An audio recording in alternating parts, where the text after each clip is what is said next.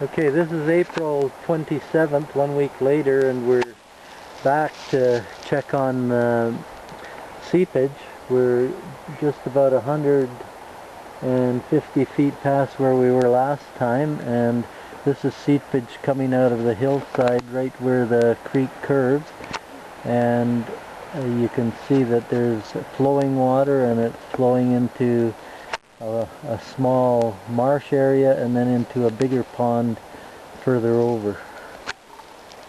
This is the second large pond that's fed by that little creek in the valley that's fed by seepage, and this is a large pond that's full of water. It's the second one. This is the second set of curves. We're probably around 1,000 feet further down from where we started today, and this is seepage that's coming out of the ditch and flowing down into that second big pond.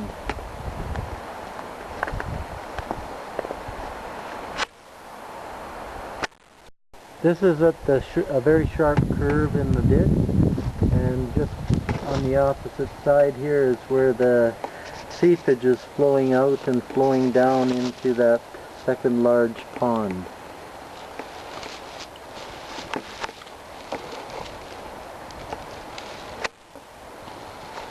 So this is where the slope starts to increase and the creek speeds up, and there's lots of big rocks in the creek, lots of erosion of the fine stuff, and often the...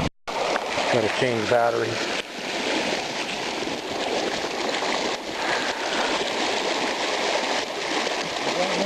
Waterproof cameras out? No, not even, no.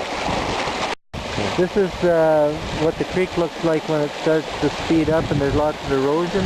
And right here is another area of seepage. There's quite a bit of water that's flowing out of the ditch.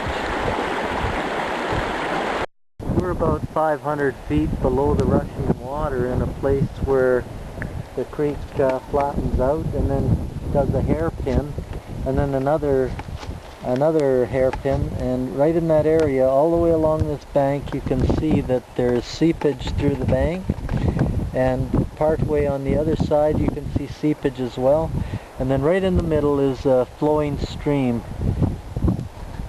Just in front of those willow trees you can see that it's actually flowing quite well.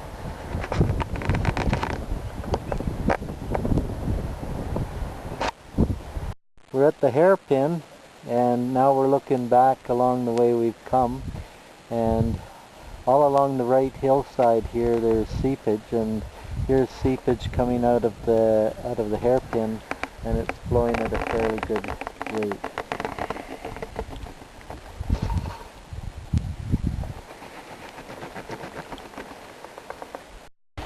Okay, we're just under the hydro lines, and this is the last straight stretch of creek before it makes an abrupt right turn and then comes back towards us into the little Disdero Lake.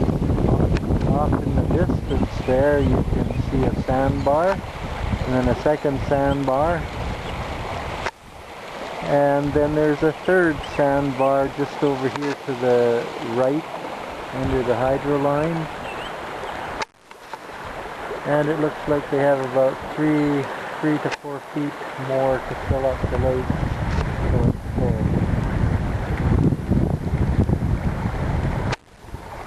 full. We're just under the hydro lines again, and we're standing on the edge of the ditch, and all the way along this hillside you can see that there's seepage out of the drainage ditch here.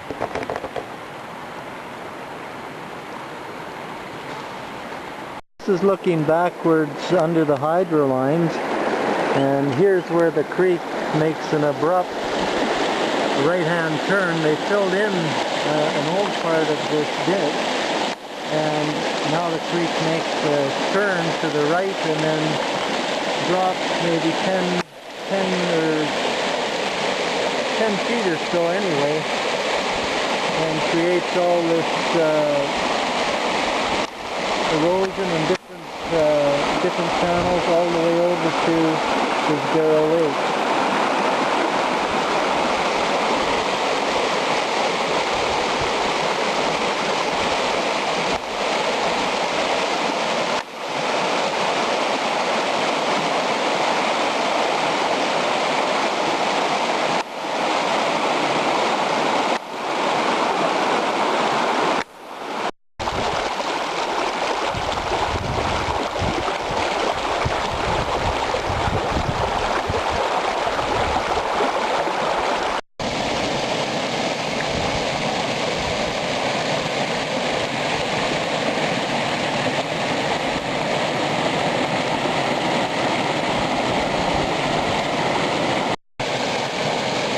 Okay, this is where the drainage ditch flows into Disdero Lake. You can see the water is fairly clear, although it's formed new channels since the last time I was here.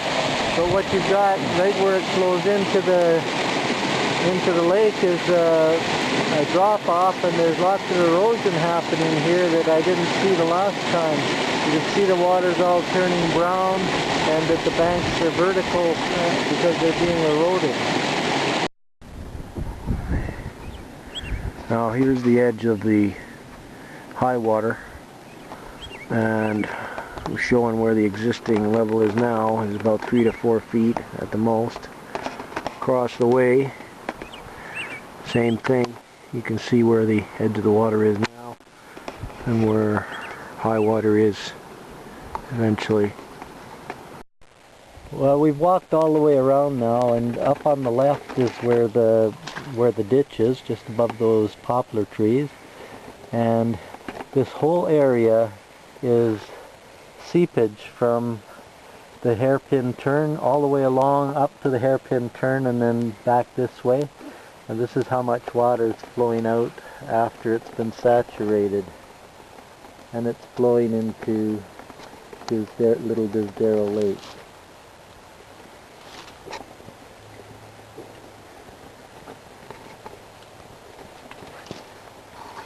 This is where the seepage water that we've looked at all along the length of the ditch, this is where it flows into little Disdero Lake. So this is all water that's excess over what has saturated the ground.